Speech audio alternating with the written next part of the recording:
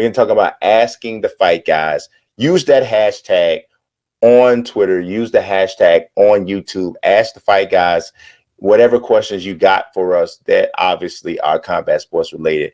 I don't want you to ask me nothing crazy. And you know who you are if you would consider asking me something crazy. But we got some good stuff, actually. We have a very strong Manny Pacquiao fan base that kind of interpolates with us. It could be just that everybody has that because Manny's just such a big star.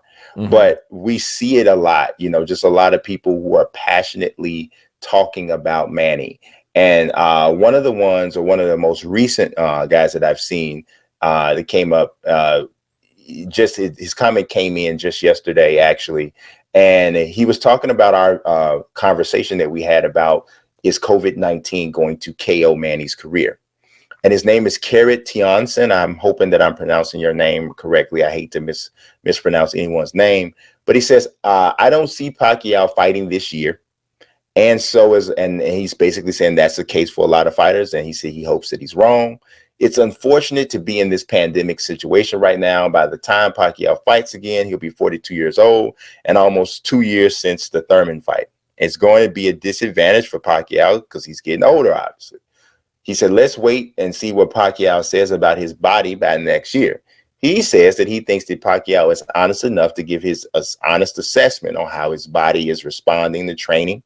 And if he no longer has it, he says that he believes that Pacquiao will admit it rather than just deny it and then go out there and get seriously injured in a fight.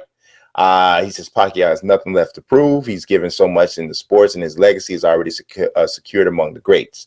And he says, FYI, Pacquiao's team reached out to Bob Arum to secure a fight with Terence Crawford. At 40 years old, Pacquiao still wants the top guys. He is not here cruising along, but he is here to beat the rest. He said that it sends chills up his spine and gives him goosebumps because Pacquiao lives the warrior code. That's a lot. That's a lot to respond to. I want to know what you have to say about Carrot's comments. I mean, look, I agree with a lot about what he said. A lot of it makes sense, but something just struck me at the end of what you said, which answers a lot of my own questions about the people that leave comments and how quick they are to say, that we're wrong or whatever the case may be. And he just said that Pacquiao's team reached out to Bob Arum to fight Crawford. Because why? Because someone said it on the internet? Because Bob even might have said it in an interview? Yeah. Right. Doesn't necessarily mean that it's true. It doesn't. Well, okay. You didn't know. But what I'm saying, you didn't know that everything you hear on the internet is 100% true. I didn't know that. Okay. But what I'm saying is there's so many assumptions when people read these stories. You need to get with the times. I don't know where you've been. Right. If that was the case, they could have done this fight 3 years ago when Bob actually wanted to make it. Yeah. No, I'm not saying it didn't happen. Right. But you got to run this stuff through the filter. Right now, I believe there's a lot of bait being thrown out there. I'm going to find out for a fact. And I am. And after this show, I'm going to find out for a fact. And then on Wednesday, I'll report back. Yeah. I'm going to go straight to the source. Go straight to the source. Going straight to the source. Going straight to Manny Pacquiao. And I'm going to find out, did you reach out to Bob Arum to fight Crawford? Yeah. And he's going to say yes or no. Yeah. Now, here's the thing. I only have one real issue with what Carrot said. He said that he believes that Manny would be honest enough to say, I don't have it anymore. No. And I'm not calling Manny a liar. I'm calling Manny a fighter. Right.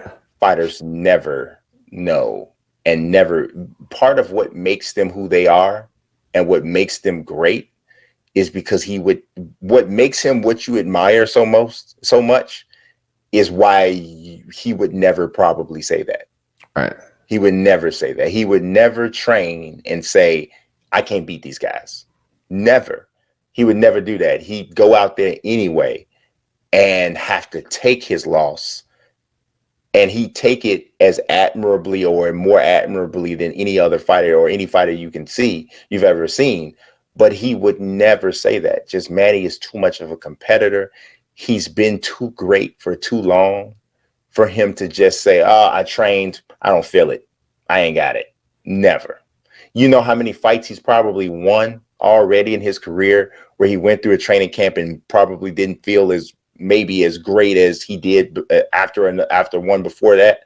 He's probably already fought, and so that's all he would need to justify, it's okay, it's fine. You remember you beat Margarito and you didn't feel great after that, or you, right. And I'm just throwing that name out there, not saying that I know that for a fact, but I'm sure it's probably happened to him before, because he's just that great that he could beat a lot of guys at 85%. So usually it's always like the fighter's the last to know that something's changed, and then they're last to admit that something's changed. So, well, with all things being equal, I think that this time off helps the older fighter. So that's an interesting concept. Expound. So I think that, just from my experience, as some fighters age, the wear on the tear in training camp, injuries that have maybe accumulated over the years, whether it's just shoulder, knees, hands, healing. Gotcha. So what happens is, in a normal environment, you're really not given the luxury of being forced to take this time off. Now, the younger fighters, inactivity is their biggest enemy. Dig it. I can dig it. You know what I mean? So what I'm saying is, I think that it doesn't really benefit anyone, but it benefits, I think, the fighter. And it's probably the least amount of a negative consequence for the next right. You know what I'm saying? I mean, yeah. So I can dig it. And honest, it's weird that you put it that way, because in a sense, if we go back to our round two conversation, that's part of the reason why I like Dominic Cruz against Henry Cejudo, because he is an older fighter who has had a ton of injuries, and healing is a really big part of what he needs to be his best. So that is kind of what I was saying. It's just different. Imagine a couple of years off, and Manny goes into camp, and he's able to manage that camp in a way and actually come into the fight really, really healthy. Yeah. Whereas a younger fighter who hasn't encountered a gap in inactivity, a lot of things could be going through their mind. Don't even know how to manage it. And they might not have as much time to prepare because of everything that's going on. Meaning that, advance notice for something like that. Manny's not taking tune-up fights. Yeah, and I'm going to be honest, man, and you're mentioning this. For some of these young fighters coming out of this quarantine, I'm going to be scared to see. I have a feeling we're going to see a lot of catch weights. Right. Yeah, it's unprecedented. It's unprecedented because there's a difference between inactivity due to promotional reasons or fights falling out. Remember, these guys can't train the way they're used to. Right. So it's really something that we haven't seen before. We'll see what happens. But I think you're right. There will be a lot of catch weights. Yeah, Gervonta Davis is going to fight Leo Santa Cruz at junior middleweight.